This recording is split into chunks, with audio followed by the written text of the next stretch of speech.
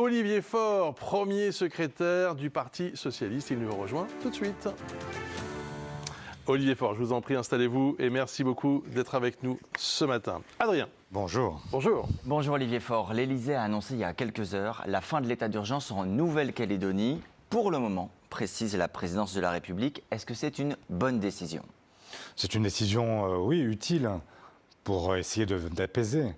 Mais de quoi parle-t-on? On parle de la Nouvelle-Calédonie et je crains que le chef de l'État n'ait pas pris la mesure de ce qu'était la Nouvelle-Calédonie. Alors même qu'il s'est rendu sur place, qu'il a rencontré beaucoup de monde. Oui, enfin, il est aussi l'homme du passage en force. Il faut se rappeler, peut-être avez-vous lu cette lettre de Mesmer en 72 qui appelle à coloniser en 72. Je ne parle pas de siècle passé, je parle du siècle juste. Et vous ne voyez pas de volonté du président aujourd'hui de régler la crise? Non, mais je vous dis, ce qui s'est passé en Nouvelle-Calédonie, c'est une situation de colonie de peuplement, avec une volonté, au moment de Pompidou, avec la volonté du gouvernement de faire en sorte qu'il y ait un nouveau pays francophone qui se crée. Olivier Faure, aujourd'hui, le chef de l'État dit tout est possible, il va y avoir une discussion, un accord global, un mois d'échange, précisément pour permettre un accord qui convienne à toutes les parties. Mais est-ce que vous croyez sincèrement que jusqu'ici, le chef de l'État a montré les gestes nécessaires pour arriver à apaiser? Alors ce serait quoi le geste nécessaire? Le geste nécessaire, c'est certainement pas de créer des ultimatums à répétition, de parler d'un référendum éventuel qui noirerait complètement.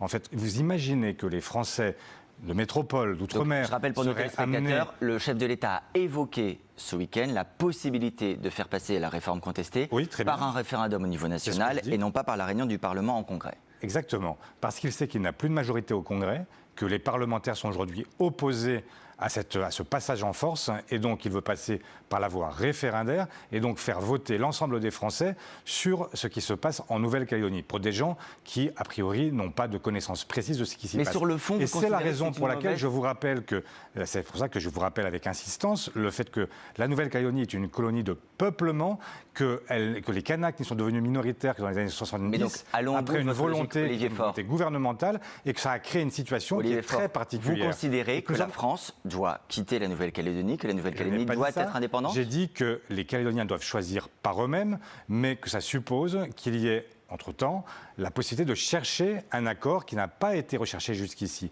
Et que depuis, en fait, le départ d'Édouard Philippe, qui a été le dernier Premier ministre, à respecter les accords de Matignon et de Nouméa, on a depuis un gouvernement qui cherche à passer en force, qui n'est plus un État impartial, mais qui est un État qui a pris position. Donc vous ne lui faites pas confiance pour régler la crise? Je ne lui fais pas confiance, effectivement, parce que pour l'instant, les gestes donnés sont des gestes qui sont à la fois insuffisants et en même temps, tout est la marque d'une volonté post-coloniale qui, malheureusement, conduit à ce qu'on ait l'exacerbation des tensions en Nouvelle-Calédonie. Olivier Faure, vous entendre ce matin sur la réforme de l'assurance chômage, annoncée également par l'exécutif ce week-end. Un durcissement des règles. À partir de la fin d'année, il faudra avoir travaillé 8 mois sur les 20 derniers. La durée maximale, elle, va diminuer également, 15 mois.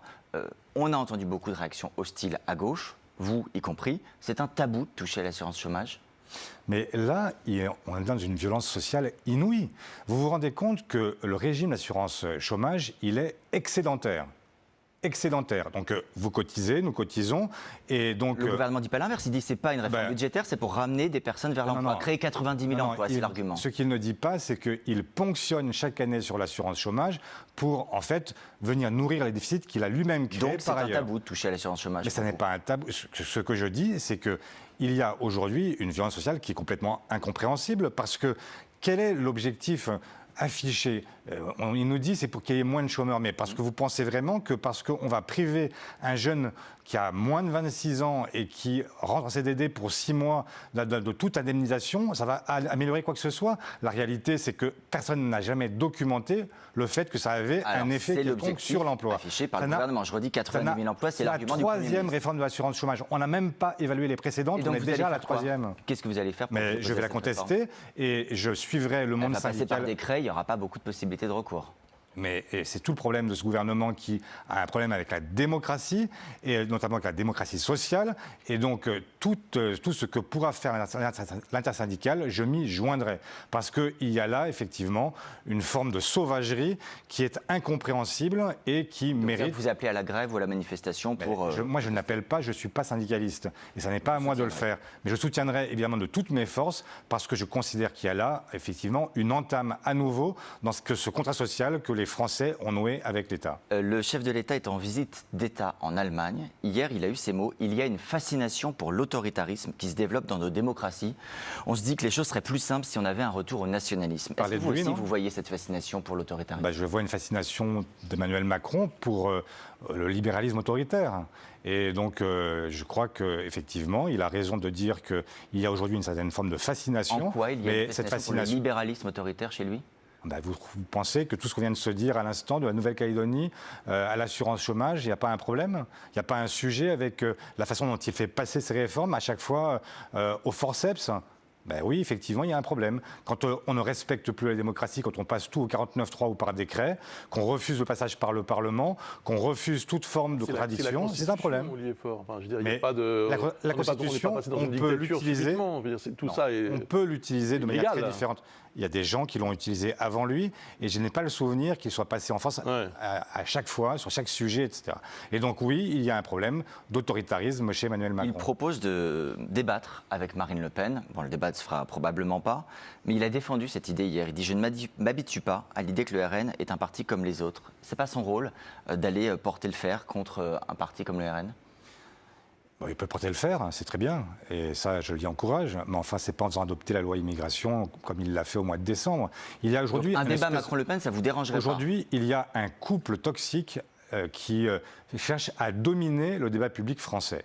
Ce couple toxique est d'une perversité absolue parce qu'ils sont chacun l'épouvantail de l'autre et ils cherchent à chaque fois à reconstituer ce duo pour permettre d'écarter toute forme d'alternative. Et le tort d'Emmanuel Macron dans ce débat, c'est qu'il est celui qui a légitimé l'extrême droite comme étant l'alternative exclusive. C'est une folie. Et donc ce qui se passe, c'est que lui a été élu à 2 reprises pour être le barrage et à l'issue de son mandat, l'extrême droite n'aura jamais été à un niveau aussi élevé. L'idée d'un débat vous choque ou vous paraît utile? Dans la période que nous vivons, c'est-à-dire une élection européenne, pourquoi faire croire aux Français que le débat se limiterait à un nouveau débat présidentiel entre Emmanuel Macron et Marine Le Pen? Ils ne sont candidats ni l'un ni l'autre. Il n'y a aucune raison d'avoir ce débat. Merci beaucoup. Ce qu'il faut, c'est un débat entre tous. Mais juste un mot avant qu'on se quitte, parce que je voudrais quand même qu'on ne se quitte pas sans avoir parlé de Rafah et de cette boucherie qui est en train qui est en train de se dérouler sous nos yeux. Et il faut que la France suive l'Espagne, que nous puissions être à l'initiative d'une reconnaissance de l'État palestinien et faire en sorte que nous puissions être du bon côté de l'histoire. Parce qu'il y a là un moment... Vous appelez la France à reconnaître la Palestine?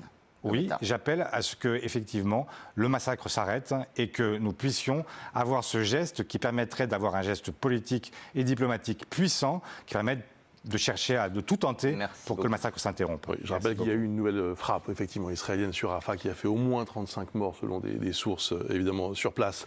Merci beaucoup, Olivier Faure. Merci, Adrien Gindre. Je ne sais pas si c'est un bon souvenir pour vous, mais le scooter de François Hollande est mis aux enchères. On va en parler dans quelques instants avec Christophe Beaugrand. C'est pas vous qui l'avez... Je ne suis pas acheteur. Vous n'êtes pas acheteur, très bien. Allez, on se retrouve juste après cette petite pause. Merci d'être avec nous ce matin sur TF1.